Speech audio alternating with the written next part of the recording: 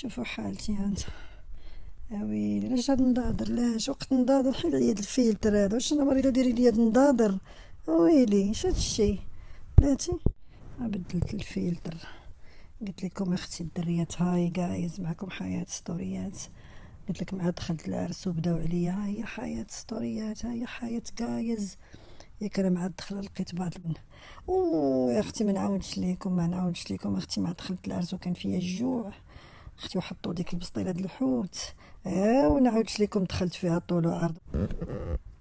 ما فهمتش اختي ما فهمتش. اشني وحدين ما هما اش غادي نقول لك، ما هما تا منابر لا والو، ماشي ما باينين شادين تليفونات تقول لك يصوروك مع منابر الاعلاميه سابقين اللي قال لك حكا.